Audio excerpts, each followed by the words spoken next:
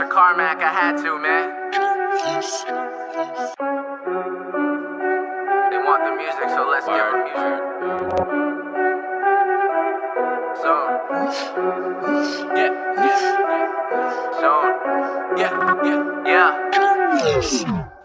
I'm so on, you can't turn me off. I'm not real sure why you'd even try. I'm the dude that you never see. I stay low key and you all know why. Can't fuck with too many people, cause chances are they try to eat you. But I eat these beats and I feed these streets, and I calculate a press equals money.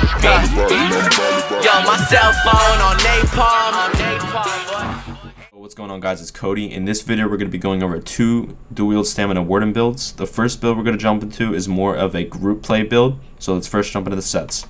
We are running Slime Crawl instead of Blood Spawn for the group play build. This is going to give us some more weapon critical and 8% damage done, which is Minor Berserk. We are still running Fury, and we are still running Bone Pirate. Now, there's two different ways of running this build. The way I'm running it is a 5 heavy, 2 medium, and the reason I have to do this is because I didn't get a Bone Pirate weapon that is ideal for the build, which would be a precise dagger or a mace precise or a sword precise or a dagger sharpen. Any of those weapons would work with the build. I have ran this build different ways, but I'm going to show you what I have for you guys today. So try to run all impen stamina glyphs. We're still running 2 weapon damage and 1 reduced cost. And the weapons, you're going to want to run 1 dagger of Fury precise and a sword of Fury precise. And that's going to get you to 50% crit, which is basically what you want to hit. That's like the perfect amount of crit. Since we're hitting this point, we were allowed to jump to Warrior.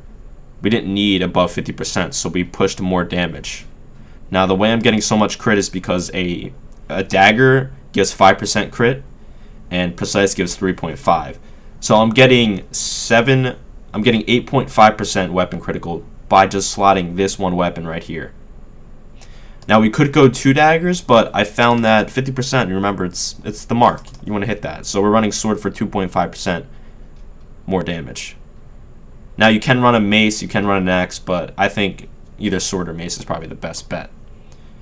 Now if you were going to run this build with a 5-1-1 build, then you were going to have to get a Bone Pirate weapon or shield and have either a weapon or shield on both bars, and then you could run heavy light. But you have to have heavy slime crawl pieces or whatever undaunted pieces you have to run this build. So Bone Pirate jewelry, Bone Pirate armor, Fury weapons, slime crawl. 64 points to stamina, red guard, warrior, dubious, vamp. Here are the bars. This is the group build, by the way, so we don't have a CC. Expert hunter. This is going to allow us to drop thief for warrior and give us 3% more weapon damage through fighter guild passives. Steel Tornado, it's going to be our execute. Cutting dive or spammable, subterranean or time burst, vigor or heal, dawnbreaker our ultimate. Back bar, ice fortress, bull netch, shuffle, shimmering shield, soothing spores, healing thicket. Make sure to run speed pots, by the way, with this build. You don't want to be too slow. Now that is the group build. I'm going to just glance over the CP real quick. I'm not going to say anything. Just pause the video when you need to.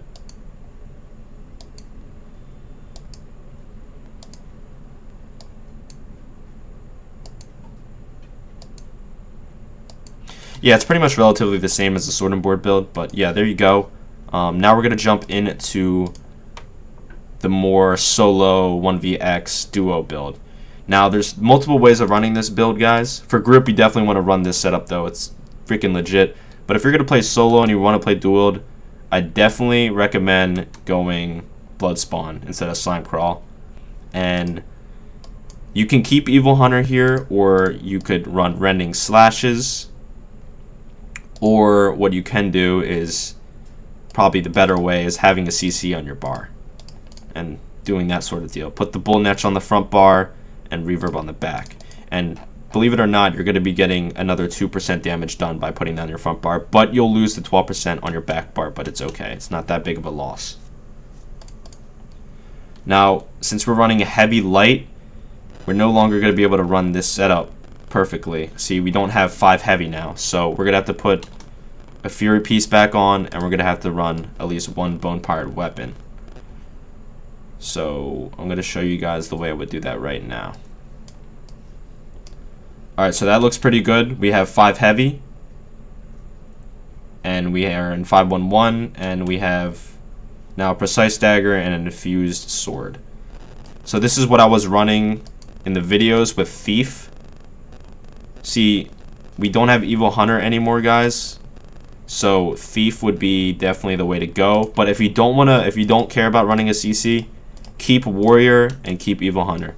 Honestly, I don't think you need a CC. You get ultimate specs so quick.